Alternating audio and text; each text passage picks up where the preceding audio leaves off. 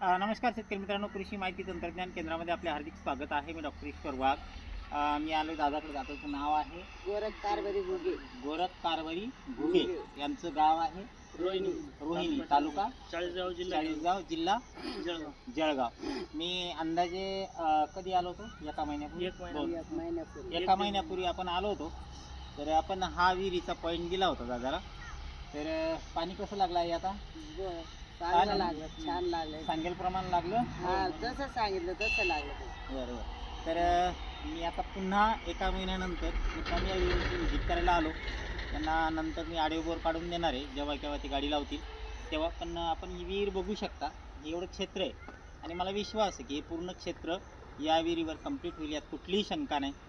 सर्वांना माझी एवढीच विनंती आहे की पाणी हा तर जरी नशिबाचा भाग असला, परंतु वॉटर डिटेक्टर असेल, स्कॅनर असेल, पितळी रॉड असेल, लोखंडी रॉड असेल, नारळ असेल, या सगळ्या पद्धतीने चेक करून आपण भूगर्भातलं पाणी हे बघितलेलं कधी चांगलं असतं.